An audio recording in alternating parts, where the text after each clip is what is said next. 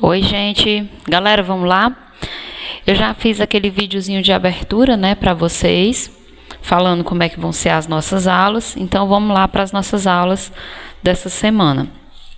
Galera, como eu já expliquei, a gente vai fazer uma revisãozinha rápida de conteúdo e aí depois vocês vão partir, né, para as atividades. Durante as atividades, pode falar comigo, qualquer dúvida pode me perguntar no privado como responder ou alguma dúvida sobre o conteúdo, estou aqui para ajudar vocês. Então, 7º ano, a gente vai começar a nossa revisão hoje, a primeira parte. Nessa revisão de conteúdo, nós vamos ver tudo aquilo que a gente discutiu em sala de aula antes de começar, né, a pandemia. Então, os 4 conteúdos principais que nós vimos antes do início da pandemia foram esses aqui que eu estou mostrando a vocês agora. Os reinos do Sahel, os povos iorubás e bantus, o Renascimento, a Reforma Protestante e a Contra-Reforma. Tia, eu não lembro de nada, ou eu lembro muito pouco daquilo que a gente viu. Não tem problema, a gente vai revisar devagarzinho e vocês vão conseguir acompanhar. Gente, na primeira parte do conteúdo, que foi esses 2 que eu mostrei aqui a vocês, Reino do Sahel e povos iorubás, nós falamos sobre conteúdos relacionados ao continente africano. Tá aí o continente africano, né, demonstrado para vocês.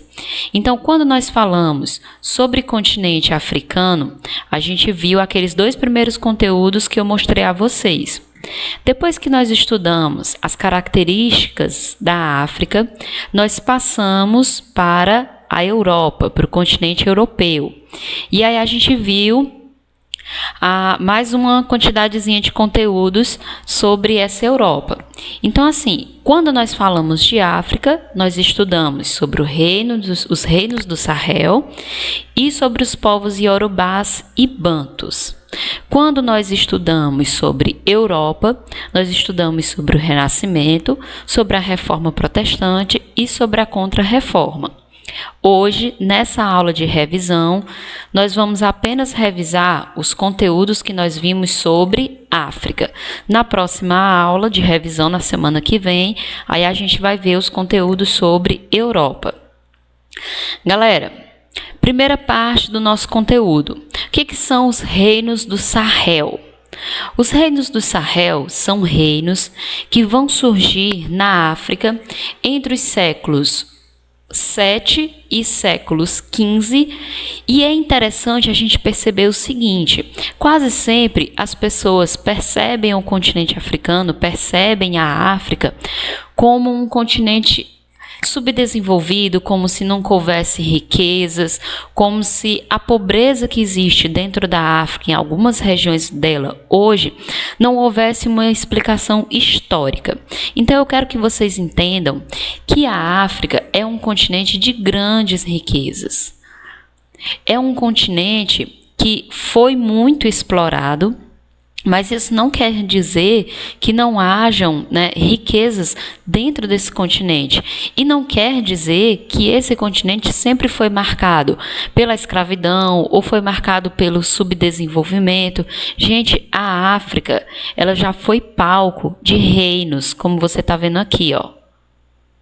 Reino de Gana, Império de Mali, entre outros. Aqui eu só vou citar esses 2 hoje. Então, o continente africano, ele é um continente vivo, um continente muito cheio de rotas comerciais. Dentro do continente africano se faz muito comércio, se recebe muitos produtos e se vende muitos produtos. E isso a gente vai ver no decorrer das nossas aulas. A África também, ela é cercada por muitas riquezas, sejam minerais como naturais.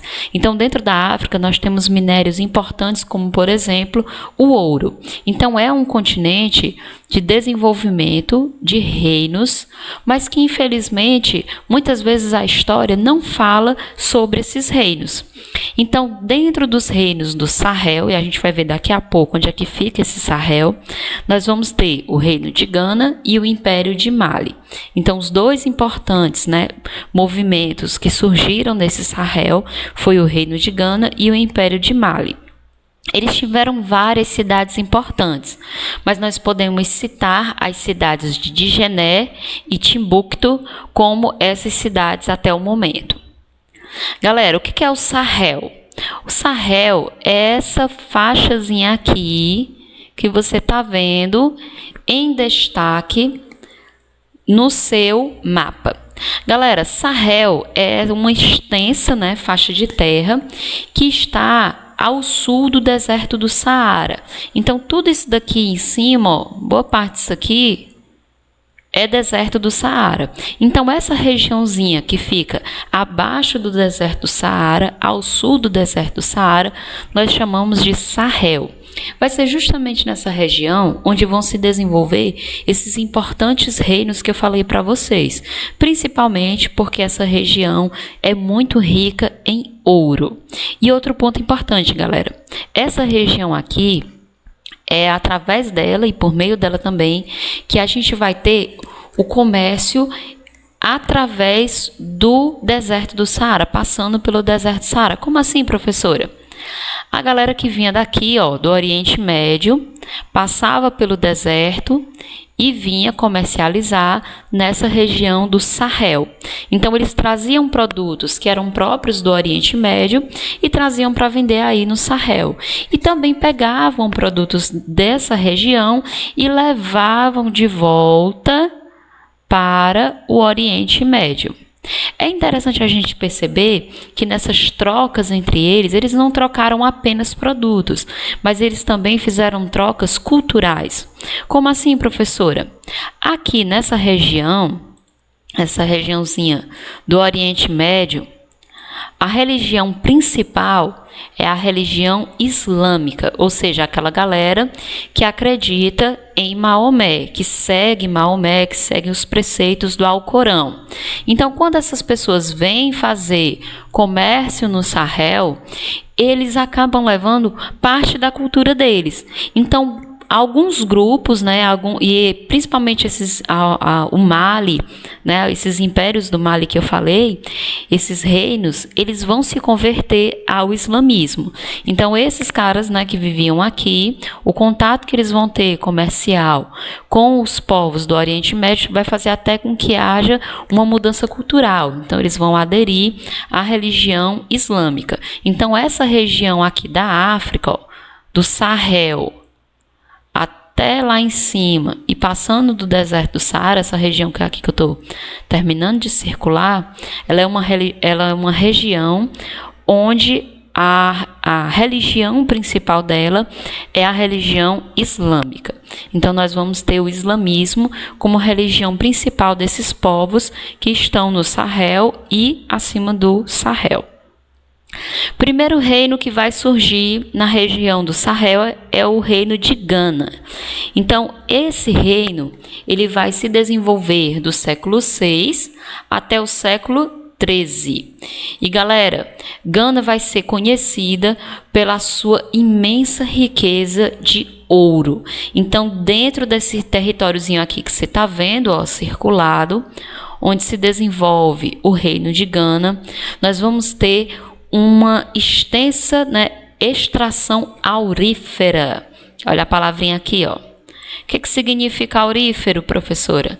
Está relacionado a ouro. Então, o principal produto que eles vendiam para aquela galera que eu mostrei para vocês lá do Oriente Médio era o ouro. E a gente sabe que para a nossa sociedade, para as sociedades em geral, o ouro é um metal muito valorizado. Então, o Império de Gana, o Reino de Gana, é fundado por povos para se defender dos povos berberes.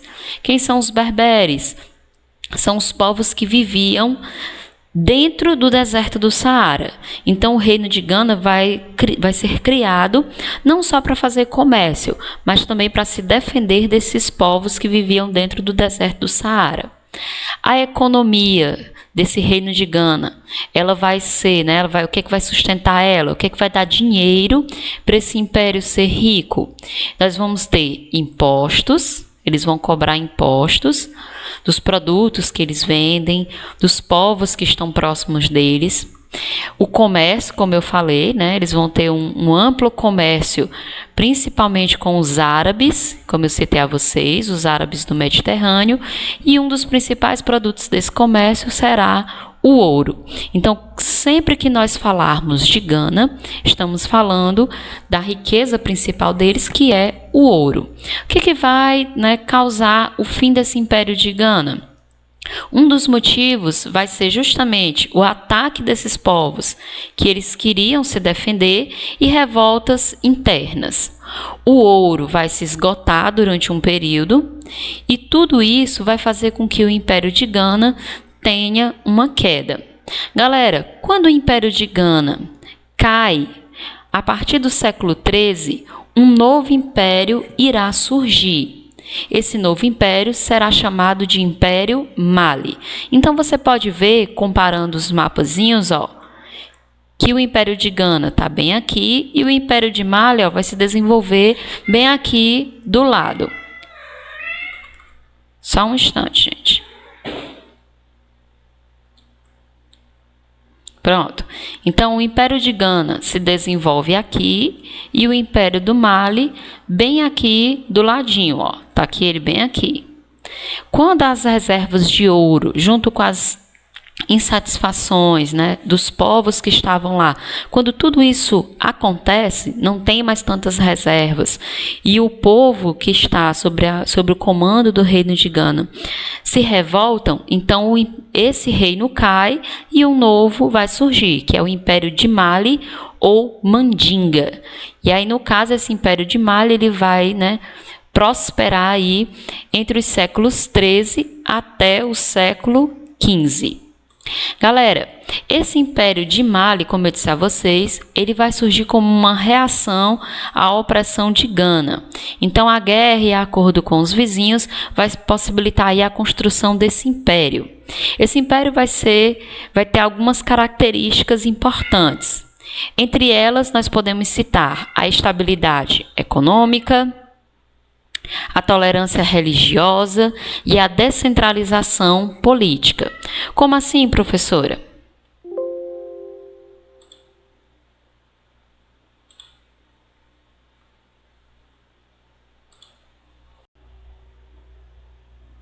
Vamos lá continuar? Então, vamos lá. O que significa isso que eu falei para vocês? Galera, ó, um império que tem estabilidade política quer dizer que os seus reis, os seus líderes, eles têm um controle sobre o poder. Então, o poder está harmonizado e organizado. Se ele tem tolerância religiosa, então quer dizer que ele aceita outras culturas. Então, o Império de Mali vai ser um império onde nós vamos ter a entrada, né, da religião islâmica, que eu falei para vocês lá no início. Então, os povos islâmicos, eles vão conseguir introduzir a religião deles durante esse Império de Mali. E, ao mesmo tempo, né, nós vamos ter aí, com o decorrer do desenvolvimento desse império, uma certa descentralização política. Galera, dentro do Império de Mali, mais uma vez, um dos produtos principais do comércio vai ser o ouro. Mas outros produtos também vão estar dentro desse comércio, como o marfim, o cobre e corantes. Então, esses aqui também vão estar dentro desse comércio organizado pelo Império de Mali. O que vai levar à queda do Império de Mali vai ser as disputas internas por poder. Primeiro, ele começa com uma estabilidade política, o poder está estável.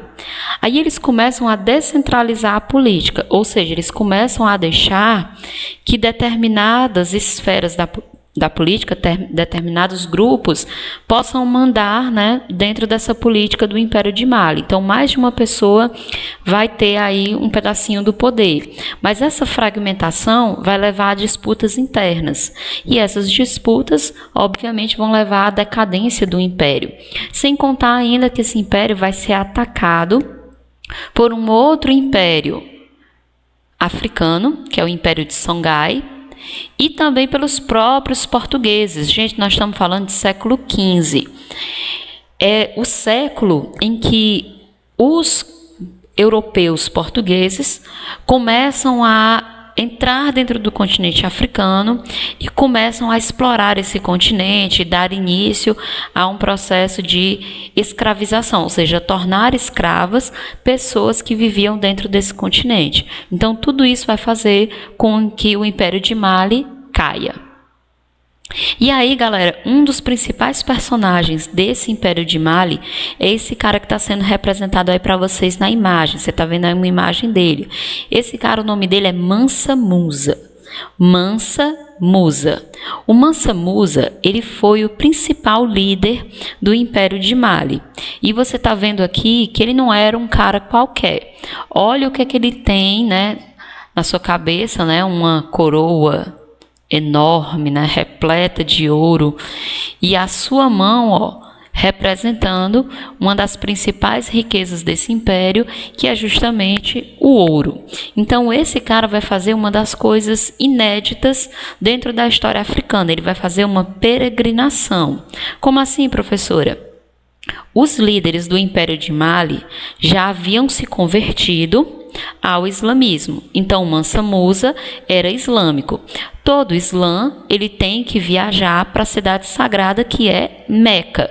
Aí você tá vendo aqui, ó, um carazinho aqui do lado, ó, vestido, né, seguindo os padrões da cultura islâmica. Então, se o Mansa Musa era islâmico, ele tinha que fazer uma viagem a Meca, e ele fez. Essa viagem que ele fez a Meca, como você está vendo aí demonstrada, né, fazendo uma representação na imagem, foi uma viagem cheia de riquezas. Então, ele levou muito ouro, ele levou muitas riquezas junto com ele, levou também pedras preciosas, mas principalmente ouro. Então, ele parou por vários dias a cidade de Meca, chegando junto com a sua comitiva e fazendo aí, né, a sua visita a essa importante cidade dentro da religião islâmica. Justamente aquela cidade que eu apontei para vocês, né, onde é que ficava naquele mapazinho, lá no Oriente Médio. Então, a riqueza do Mansa Musa é uma riqueza imensa. Tanto que revistas de economia, hoje na atualidade, dizem que uma das maiores riquezas que o mundo viu até hoje foram as riquezas do Mansa Musa. E isso daí, às vezes, é uma coisa, né, que não é muito dita e, às vezes, não é muito falada para a gente, mas é interessante a gente saber. Eu tinha dito a vocês que duas importantes, né, cidades surgiram em meio a esses impérios e esses governos. Essas cidades, elas vão surgir às margens do rio Níger, que é um importante rio dentro da África. E elas vão ser incorporadas ao Império do Mali, que é esse império último que a gente está vendo agora. É a cidade de Timbuktu e a cidade de Djenné. Ainda hoje, né, principalmente aqui, ó, na cidade de Djenné, nós temos essa grande mesquita que você está vendo aqui. Então, sempre que você vê essa arquitetura, como você está vendo dessa daqui, ó, a gente está se referindo às cidades de Timbuktu e Djenné. Então, dentro de Djenné, nós temos essa grande mesquita, toda construída em tijolos de barro. E ainda hoje, né, ela está preservada e ela é um patrimônio da história da humanidade, né, da história da humanidade. Então, é uma grande mesquita. Como eu disse a vocês, Mali já era um império convertido à religião islâmica. Então, tanto em Timbuktu como em Djenné, nós vamos ter grandes centros políticos. Não vão ser apenas cidades qualquer. Vão ser cidades onde eu vou ter um amplo desenvolvimento do comércio e um ponto interessante, também vão ser cidades marcadas pelo desenvolvimento cultural, principalmente a cidade de Timbuktu. Então, nessa cidade vai ser desenvolvido um centro cultural, vai ser desenvolvida universidades, vão ser desenvolvidas mesquitas. Universidades, professora? Sim, universidades. Universidades foram criadas dentro dessa cidade africana. O que eles estudavam? Eles estudavam principalmente o Alcorão, faziam estudos também de literatura. Então, tudo isso foi desenvolvido dentro desses impérios e dentro dessas cidades africanas. Para a gente não esquecer essas importâncias. Está aqui a localizaçãozinha delas, ó. A localizaçãozinha de Djenné, e a localizaçãozinha de Timbuktu. Você está vendo aí que tem outras, né? Mas aí eu citei apenas essas duas nessa nossa aulinha. Você está vendo também, né? Eu falei muito sobre comércio. Então, dentro do continente africano, nós vamos ter um desenvolvimento comercial intenso. Então, todas essas linhas que você vê são rotas comerciais, ou seja, caminhos que as pessoas pegavam para fazer comércio. Por exemplo, uma pessoa podia sair daqui de Degené, né, e ir comercializar em várias cidades diferentes. Ou até mesmo poderia se comercializar, passando aqui pelo Cairo, no Egito, e chegando a Meca, né, aquela cidade onde o Mansa Musa viajou e fez a sua imensa peregrinação. Galera, até esse momento nós falamos sobre os povos que estavam nessa regiãozinha aqui, Sahel. Falamos do reino de Gana e falamos do Império de Mali. Agora nós vamos falar da cultura dos povos que estão abaixo do Sahel, que é os povos que estão, nessa regiãozinha aqui, nessa regiãozinha abaixo do Sahel. Acima daqui do Sahel, como eu falei para vocês aqui, essa galera todinha, ela é islâmica. Essa galera que está abaixo do Sahel, aí é diferente, certo? A cultura deles é diferente, a religião deles também tem um formato totalmente diferente. Então, acima do Sahel, acima daqui, povos de cultura, né, e de religião islâmica. Abaixo do Sahel, povos de cultura e organização diferente. E é justamente esses povos aqui, dessa regiãozinha abaixo do Sahel, que nós vamos estudar. Essa galera aqui que eu estou circulando agora. Gente, os dois grupos principais, né? Existem outros, mas a gente vai estudar até o momento dois grandes grupos étnicos. A gente chama de grupo étnico, ou seja, ele faz parte de uma etnia. Se ele faz parte de uma etnia, ele tem uma cultura em comum. Eles acreditam, né? São pessoas que acreditam em coisas em comum. Se vestem de uma maneira particular, né? Acreditam nos mesmos deuses. Então, isso vai fazer parte de uma etnia. Então, nós temos a etnia, né? Os grupos étnicos dos Yorubá e os grupos étnicos dos Bantus. Galera, os Yorubás, eles teriam surgido onde hoje nós temos a Nigéria e os povos, né, Bantu, Nigéria, Benin e Togo. Você está vendo aqui Benin e Togo, Benin e Togo, bem aqui no cantinho. E os povos Bantu seriam de hoje, nós temos o Congo, tá aqui ele aqui, Angola e Moçambique. Então, onde hoje nós temos Nigéria, Benin e Togo, são os povos de origem Yorubá. E os povos onde hoje nós temos Angola, Congo e Moçambique seriam os povos de origem Bantu. Professora, por que que isso é importante para mim? Se eles não são grandes impérios, se eles não são grandes reinos, por que que eles são importantes para mim? Porque, galera, vai ser dessas regiões, serão dessas regiões onde vai haver, né, o vir escravizado dos povos. Como assim, professora? Vai ser dessa região onde os portugueses vão buscar escravos e trazer para o Brasil. Então, os escravos africanos trazidos para o Brasil, como você está vendo aí na imagem, eles são de origem principalmente Yorubá e origem Bantu. Então, os povos, né, de origem Yorubá, você está vendo aí na risquinho em azul, né, foram trazidos para Belém do Pará, foram trazidos para o Maranhão, foram trazidos para Pernambuco, Salvador e até mesmo Rio de Janeiro. Os povos de origem Bantu, principalmente o Nordeste brasileiro, né, vai de Pernambuco até Salvador, e também para Rio de Janeiro e São Paulo posteriormente, né?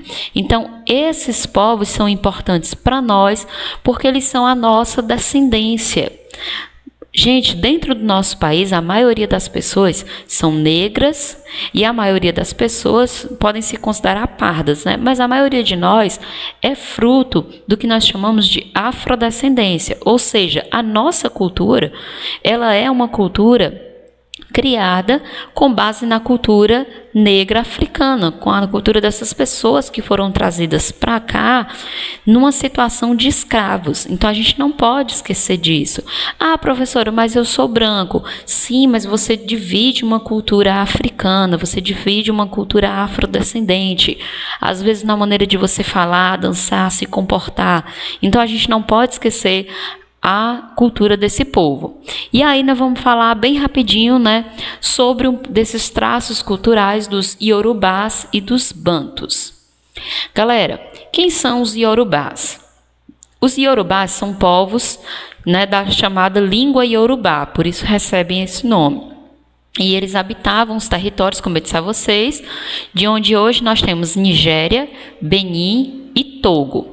Então eles recebem várias denominações: GG, Nagôs, Angola, Congos e Fulas. Então as comunidades iorubás, elas se desenvolvem principalmente no sudeste da atual Nigéria e constituem, né, grandes centros civilizatórios que fazem parte lá do Guiné e vão, né, influenciar outras regiões. Mas, professor, o que é que eu preciso saber e o que é que são esses iorubás aqui no Brasil? Galera, dentro da cultura iorubá, eles têm a religião, dentro da religião deles, tem o que nós chamamos de orixá. O que é o orixá? O orixá é uma divindade cultuada pelos iorubás, é uma divindade. Só uma, professora? Não, várias. Então, nós vamos ter várias divindades diferentes cultuadas por esses iorubás. Essas divindades podem ser antigos heróis lendários, podem ser, né, seres que fazem parte aí da cultura deles. Quando esses povos vêm para o Brasil escravizados, eles trazem junto com eles essa religião. Só que quando eles chegam aqui, o português diz a ele que ele não pode mais seguir essa religião. Ele tem que ser o quê? Católico, que era a religião do português, e ele estava sendo escravizado por ele. Mas mesmo assim, eles vão resistir a isso e vão continuar alimentando essa religião.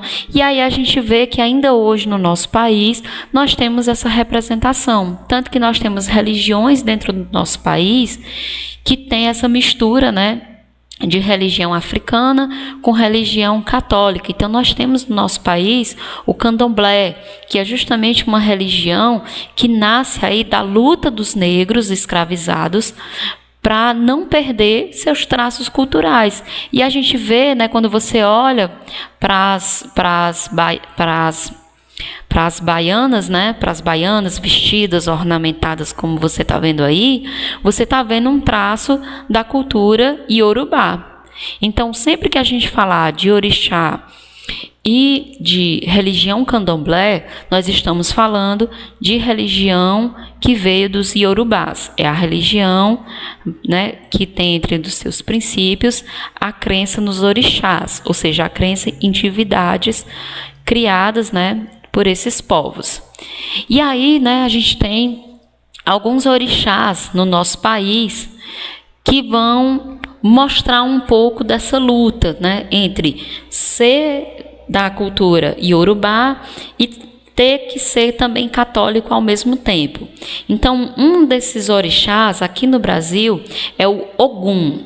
Galera, todo mundo já ouviu falar de São Jorge, né? Que é aquele que mata, está em cima do cavalo e mata o dragão. Então, o que fazem? Os negros tinham que cultuar os santos católicos.